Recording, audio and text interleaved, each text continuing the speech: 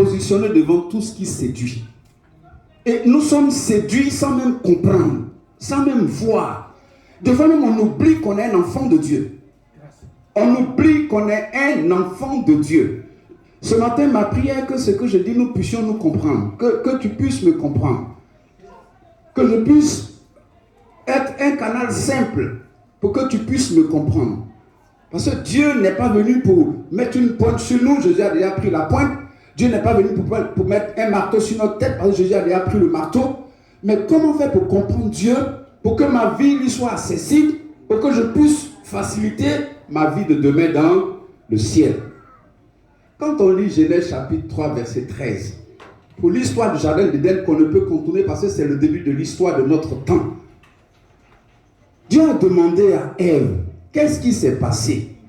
Qu'est-ce qui s'est passé puis tu as mangé le fruit? On doit le lire, c'est important de le lire. Genèse chapitre 3. Genèse chapitre 3. Si quelqu'un là, la personne peut m'aider dans la lecture. Genèse 3, oui. À partir du verset 13, qu'est-ce qui est là? Il faut que quelqu'un m'aide pour ne pas qu'on dise que j'ai inventé. Verset 13. Oui. Et l'Éternel Dieu dit à la femme, pourquoi as-tu fait cela? La femme répondit, oui. Le serpent m'a séduite, j'en ai mangé. Merci ma fille. Vous voyez, c'est clair. Le Seigneur dans une causerie avec l'homme. Le Seigneur parle avec l'homme. En fait, Dieu ne nous a pas créés pour nous abandonner comme ça, pour qu'on puisse traîner comme il faut. Non. Quand l'histoire nous révèle, Dieu a créé l'homme. Les après-midi, Dieu avait son heure où il venait visiter ceux qu'il avait créés. Il y avait une communion fraternelle. Il vient l'après-midi, il voit que tout est mélangé, nyamami dans le langage ivoirien. Et puis il ne comprend rien, il crie. Adam paraît. Et puis maintenant, il dit, Adam, mais tous les jours quand je viens, tu viens de me faire un tour. Pourquoi cette fois-ci là tu es caché? Tu as dû certainement faire quelque chose que je n'ai pas aimé. Qu'est-ce que tu as fait? Et comme il y avait une règle qui était de ne pas manger le fruit de l'arbre, alors Adam qui va commencer à accuser directement sa femme, ce qu'il appelait mon corps, ma chair. Maintenant il a dit que c'est elle, celle que tu m'as donnée là, c'est elle. Dieu n'a rien dit. Ah bon, attends, je vais te faire du bien, maintenant c'est devenu une accusation. Ok, Dieu va maintenant vers la femme. Et l'Éternel Dieu dit à la femme, c'est écrit, noir sur blanc, femme, pourquoi as-tu fait cela? Avec beaucoup d'affection pour chercher à comprendre, pourquoi as-tu fait cela? Dieu pouvait directement tourner un marteau sur la tête de la femme, mais il a dit non. Pourquoi as-tu fait cela?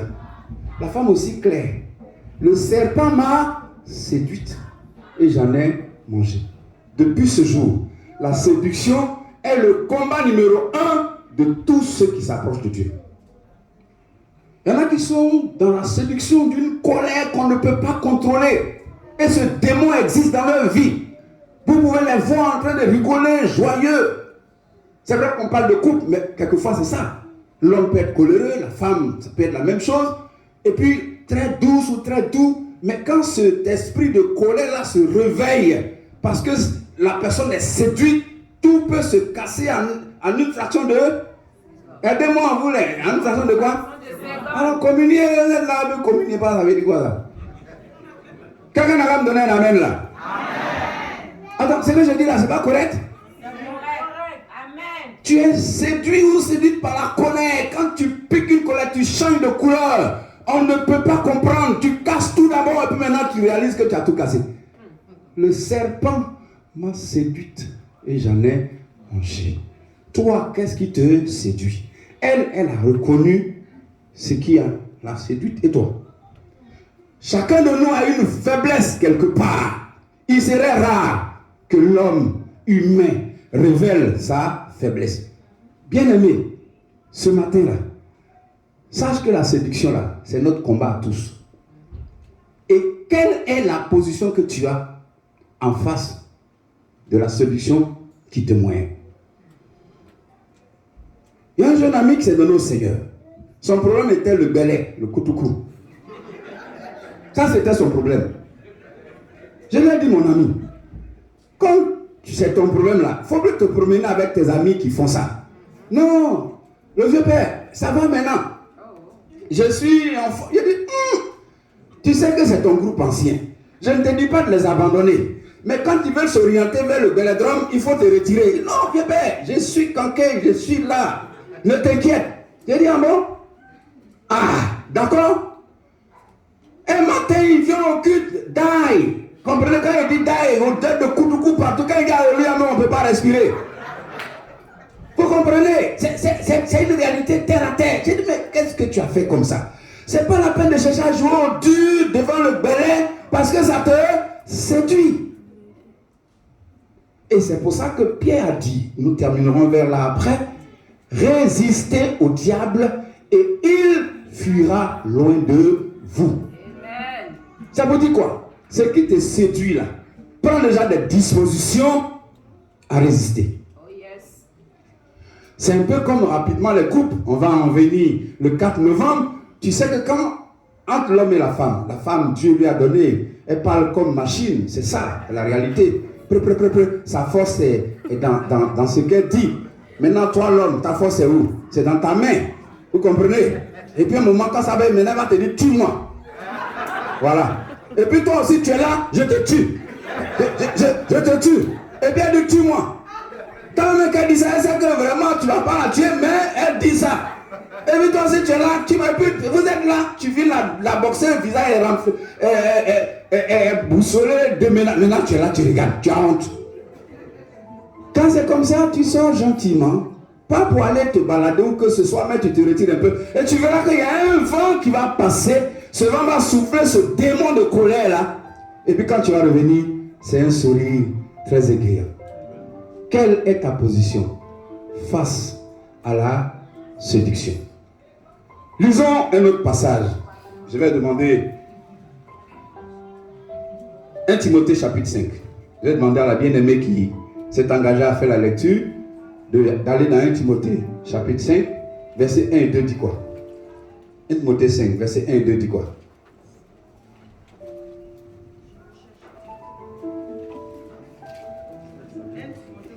Cinq. Il dit quoi? Ne réprimande pas. 1 Timothée 5, oui. C'est quelqu'un d'autre? Ne réprimande pas, oui. Demande le vieillard, mais exhorte-le comme un père. Oui. Exhorte les jeunes gens comme des frères. Les femmes âgées comme des mères. Celles qui sont jeunes comme des sœurs, en toute pureté. Au nord. On continue? Oui, on continue. Au nord, les veuves qui sont véritablement veuves. Il y a des veuves qui ne sont pas des veuves. On dit véritablement. Si une veuve a des enfants ou des petits-enfants, ils apprennent avant tout à exercer la piété envers leur propre famille et à rendre à leurs parents ce qu'ils ont reçu d'eux, car cela est agréable à Dieu. Ok, merci beaucoup. Ne réprimande pas rudement le vieillard, mais exhorte-le comme quoi? Comme un père. Exhorte les jeunes gens comme des quoi? Comme des frères, comme des sœurs. Vous savez, on avait une famille du monde, biologique. Maintenant, on est quoi? Une famille quoi? Spirituelle. Et il y a des vieux, il y a des jeunes, il y a des filles. Il est bon qu'on se considère comme une famille spirituelle, en frères et sœurs, en père et mère. Je ne sais pas si quelqu'un comprend ce que je veux dire. Si j'ai un don à faire à mon frère biologique, un don à faire à mon frère spirituel, puis le besoin est là, le choix peut être compliqué. Quelqu'un va te dire, donne à ton frère biologique. Quelqu'un va te le dire. Un autre va te dire, donne à ton frère spirituel. Moi-même peut-être te dire que tu es bête. Mais là, le choix est équitable. Parce que la Bible dit quoi? Ton frère dans la foi d'abord. Et puis ensuite ton frère biologique. C'est pas facile à comprendre. Mais c'est ça, le choix de la vie spirituelle. Et des fois, quand on ne comprend pas, on peut céder au frère biologique et abandonner le frère spirituel. Et c'est bon quand l'église comprend. J'ai apprécié la bonne dame qui est venue s'arrêter, qui a témoigné. Elle est Wobé ou Guéri. Il y a ce combat entre vous deux là. Tu es guéri. Quand l'autre dit non, je suis Wobé, non, je suis guéri. C'est la même famille là. Tout ça, c'est la même façon de danser là. Le pasteur, il est ami. Moi, je suis abouré. Mais Et puis il y a beaucoup de baoulés. Quoi d'autre encore? Aidez-moi. On est plus gourou. Oui, ça c'est au niveau de ma femme gourou. Est-ce qu'il y a d'autres gourous encore à part ma femme? Il y a moi. Ma femme, c'est que faut laisser vous parler. Il y a des Congolais. Il y a des Congolais. Congolais, oui. Vous voyez, on constitue une famille. Il ne faudrait pas que cette séduction-là nous détourne de cette communion chrétienne. C'est important. On dit non, c'est pas ta famille, c'est pas la peine. Elle est venue, elle est heureuse. Depuis que je suis venu ici, l'église s'occupe de moi. Je le dis pour que nous comprenions cette communion forte. Moi, mais quand je suis venu, il y a bien des frères qui sont venus frapper à ma porte. Carton de banane, carton d'œufs, tout ça. Et nous aussi, on le fait. Je veux te montrer que cette communion de famille chrétienne, elle est plus forte que même la communion de famille biologique. Je le dis librement. J'ai une famille biologique à Bourg de Benoît. Mais aujourd'hui, ma famille spirituelle chrétienne est plus forte. Donc, je ne me laisse pas séduire par ma famille biologique. Sans toutefois les abandonner. Mais si j'avais un choix à faire, c'est ma famille spirituelle. Aujourd'hui, beaucoup de gens ont des difficultés dans ce domaine. Bien-aimé, lorsqu'une situation se présente devant toi, quelle est d'abord ta faiblesse? David a dit, Seigneur, je reconnais que je suis pécheur, j'ai péché contre toi, pardonne-moi. Combien de fois tu reconnais quand tu tombes devant une situation de cette manière, où tu as été séduit par une situation? Combien de fois? Combien de fois? Combien de fois? Des fois, on ne reconnaît pas ses erreurs. Oh, les hommes, très souvent, on ne reconnaît pas nos erreurs. Oh, les femmes, très souvent, vous ne reconnaissez pas vos erreurs, ça dépend. Mais quand quelqu'un reconnaît ses défauts, ses erreurs, c'est déjà une grande victoire. On est à personne dans la salle. Hein? Monsieur connaît le problème de femme. Femme connaît le problème de monsieur. Vous vous connaissez entre vous. Chacun connaît son péché mignon. Mais quand tu reconnais déjà, c'est comme si tu as déjà vaincu. Mais quand tu ne reconnais pas, il y a des gens, quand tu les donnes conseil même, tu as parlé jusqu'à la tête même va cogner. C'est là, maintenant ils vont dire, ce que tu avais dit là était vrai. Bien aimé, c'est tellement bon de reconnaître. Quand on est passé par là que ça n'a pas marché, il faut passer par ici. Parce que quelquefois, c'est seulement le poste qu'il faut changer pour que la grâce de Dieu nous soutienne. Je voulais vous rappeler juste une chose. Dans Ésaïe chapitre 47. Est-ce qu'on peut lire Ésaïe chapitre 47? Versets 10 et 12. Ésaïe 47, versets 10 et 12. Qu'est-ce qu'il dit là-bas? Ésaïe 47, versets 10 et 12. Si quelqu'un l'a trouvé, il peut lire. Tu avais confiance dans ta méchanceté. Oui. Tu disais personne ne me voit. Ta sagesse et ta science t'ont séduit. Et tu disais en ton cœur, moi et rien que moi. Le malheur viendra sur toi. Que tu en vois le roi. La calamité tombera sur toi. 10 et 12, hein? Sans que tu puisses la conjurer. Et la ruine tombera sur toi tout à coup à l'épaule. Ok, merci. J'ai dit, tu avais confiance dans ta méchanceté. Vous voyez? Ça veut dire qu'il y a des gens qui ont confiance dans leur méchanceté. Ça veut dire qu'il y a des gens qui ne sont même pas prêts même à changer. Ils ont confiance, mais dans quoi? Parce qu'ils sont séduits par leur méchanceté.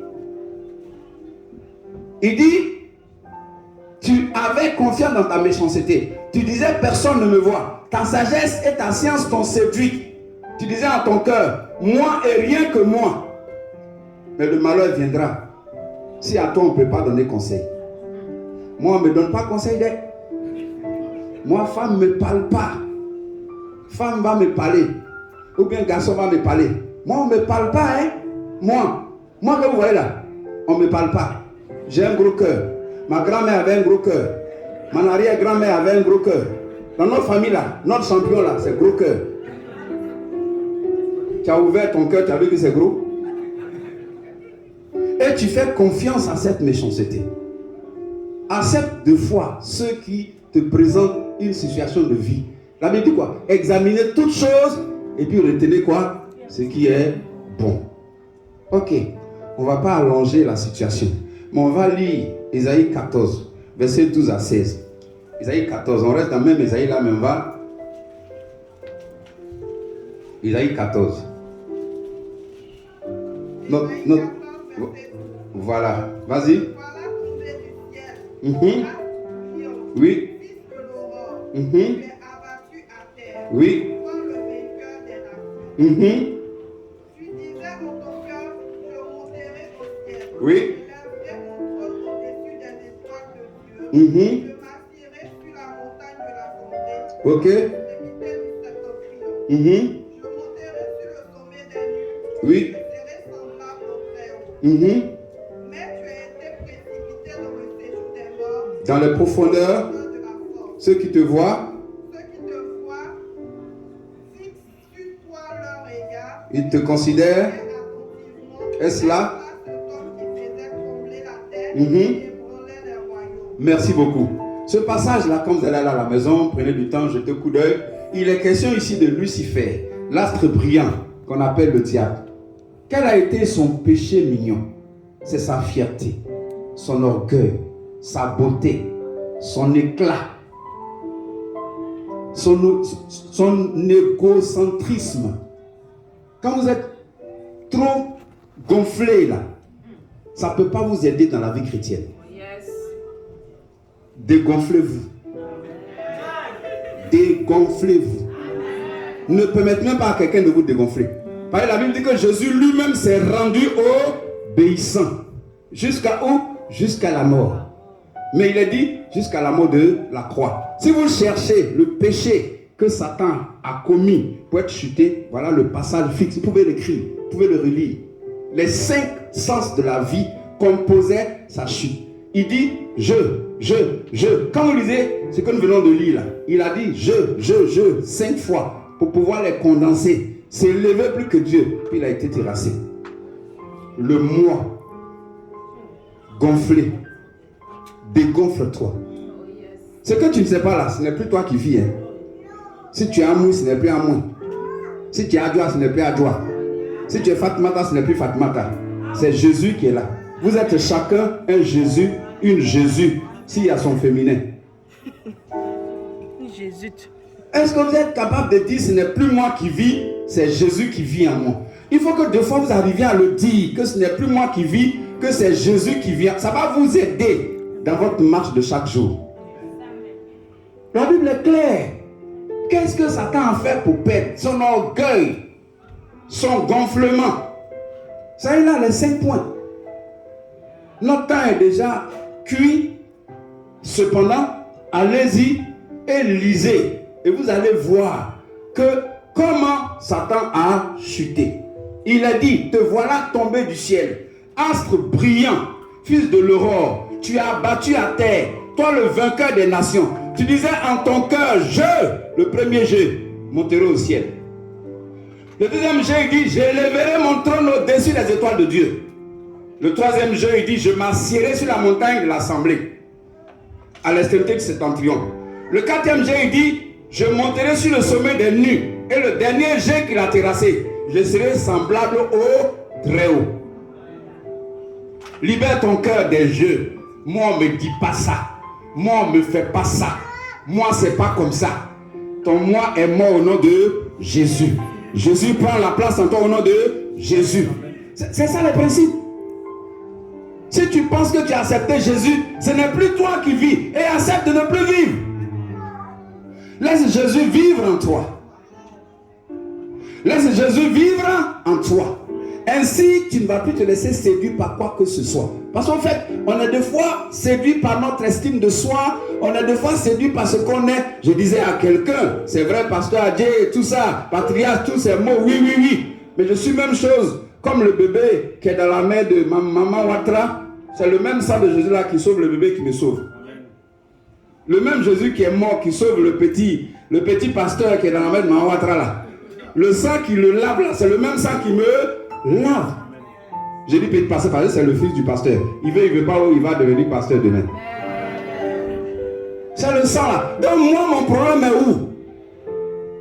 Je ne dois pas me laisser séduire par quoi que ce soit, même par les choses du monde. Souvent on dit simplement n'aimez pas le monde, mais je ne sais pas comment nous comprenons les choses du monde. En tout cas, je demande à Dieu de t'éclairer pour que ta vie se façonne par Dieu lui-même, par Jésus lui-même, par le Saint-Esprit lui-même, afin que tu saches comment te positionner devant une séduction. Daniel a dit, si je dois me jeter dans la fosse lion, jetez-moi. Je ne vais pas me laisser séduire. Parce qu'ils ont dit à Daniel, ton seul péché, c'est que tu pries trop. Il faut arrêter de prier. Ils ont même signé une loi. Tu ne dois plus prier. Si tu arrêtes de prier, nous on te prend. Il dit, moi, je vais me laisser séduire par la loi. Si c'est ça, jetez-moi dans la fosse. Vous connaissez la suite. Ce n'est pas moi qui vais vous le prêcher. Amen. Et puis Joseph, qui était une bénédiction dans la cour de sa famille, Potiphar, tellement béni. La femme a dit, on n'a qu'à négocier. Il dit, moi, même si mon salaire doit doubler, je ne veux pas. Ça veut dire que quelque part, il y a toujours un penchant pour que tu tombes dans la séduction. Et comme vous connaissez l'histoire d'Ésaü, il allait travailler jusqu'à il venait, il avait faim. Son petit frère a fait un peu de, comment on appelle, donnez-moi le nom de lentilles là. Un petit lentille bien doux là, comme ma femme a l'habitude de le faire, puis je coupe mon doigt là. Voilà, un petit lentille bien là. Ce matin, j'ai mangé un peu avant de venir. Ce petit lentille là, quand Ésaü a vu net, Ésaü dit, ah petit frère, donne-moi aussi. En tant que petit frère, guettait les droits du grand frère. Et le grand frère ne savait pas. Et puis le petit frère dit, si tu veux que je te donne, appelle-moi grand frère. Appelle-moi grand frère. C'est à cause de manger. Bon, aujourd'hui tu es grand frère. Il a confessé en disant, je t'appelle grand frère. En acceptant juste le petit repas qu'il fallait. On connaît la suite aujourd'hui. Pour une petite séduction, tu peux perdre toute ta vie. C'est pour ça, si tu sais que tu as du faible quelque part, c'est pas la peine de t'engager. Oui, non, je le dis librement, parce que je veux, quand je vous vois, je suis content parce que chacun veut aller au ciel. Ça seulement, je vous qualifie ça. Je sais que quand vous êtes là, le fait de laisser le dollar canadien et puis venir vous asseoir là, moi je suis déjà garanti que vous voulez aller au ciel. Ça, le diable ne peut pas me changer ça dans cette pensée. Maintenant, c'est comment accepter les principes. Ne vous laissez pas séduire par quoi que ce soit. Tenez ferme. La Bible même dit, résistez au diable et il va fuir. Ce qui moyen nous les hommes, c'est ce qu'on appelle la femme. Ce qui moyen les femmes, c'est le wari. C'est ce qui se passe dans la Bible. Le wari. Qui connaît le wari? On ne connaît pas. Le wari, le guet. Voilà. C'est-à-dire les faibles d'une femme, c'est le guet. Maintenant, les faibles d'un homme, c'est ce qu'on appelle la femme. Donc toi, monsieur, il ne faut pas te dire, je suis fort. Femme là, ce n'est pas pour toi, là. Il ne faut pas la côtoyer. Oh yes. Sœur là, c'est sœur. Elle n'a qu'à rester sœur qui reste frère. Amen. Ce n'est pas la peine de se réchauffer parce que quelque chose va se passer. Amen. Ça, il n'y a pas à faire de dire je suis spirituel. On n'a qu'à se comprendre. Il n'y a pas de spiritualité dedans. Dans la chair là, ce n'est pas spirituel, c'est charnel. Amen. Non, je ne sais pas si on se comprend. Hein?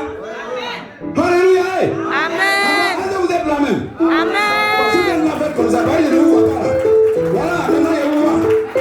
Ah oui, non, les jeunes, mais c'est vrai, je le dis. Ça fait au moins une quarantaine d'années que je marche avec le Seigneur, mais depuis, ils n'ont pas été faciles. Quand tu sais que tu as des affaires de femmes là, il ne faut pas les côtoyer, il ne faut pas prendre les femmes comme amis. Reste avec tes amis garçons. Si tu sais aussi que tu as des affaires pour les hommes là, ce n'est pas la peine de chercher amis garçons pour faire, il faut chercher amis femmes. Femme, femme, garçon, garçon. Comme ça, c'est bon. Sinon, tu vas faire cricata, bro, tu as tombé. Pas de fois, les parents vous parlent, mais vous n'écoutez pas. Quelle est ta position face à la séduction? C'est la réalité.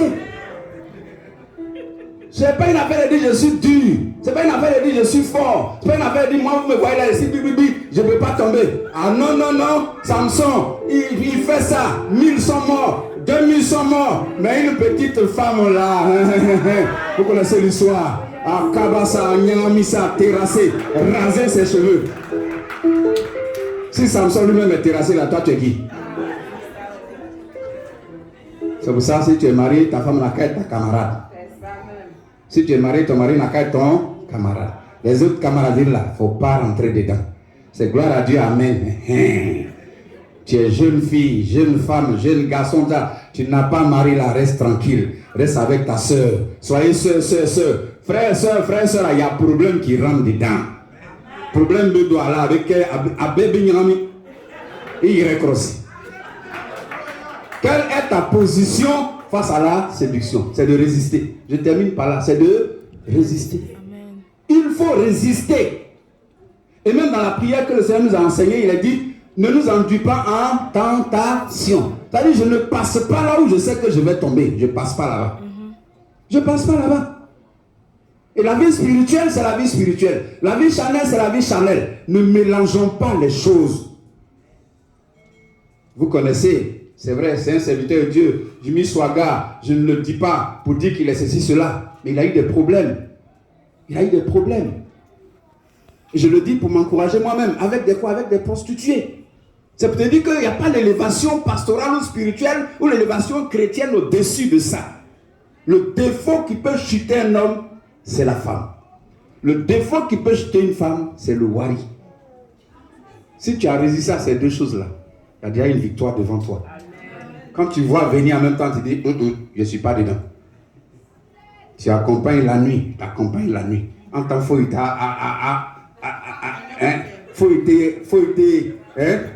été. Elle t'accompagne, tu l'accompagnes. Tu l'accompagnes, elle t'accompagne. Après, vous allez vous accompagner et puis ça s'accompagne. Il y a quel problème? Je le vis. J'ai été jeune. Je me suis donné au Seigneur à 21 ans, 22 ans.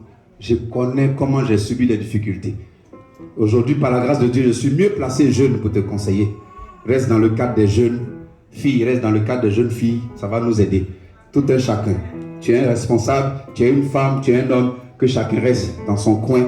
Parce que la séduction là, c'est l'ennemi qui est prêt à l'envoyer vers nous. Il sait qu'est-ce qui peut nous faire tomber. Et la Bible dit quoi? Il rôde chaque jour.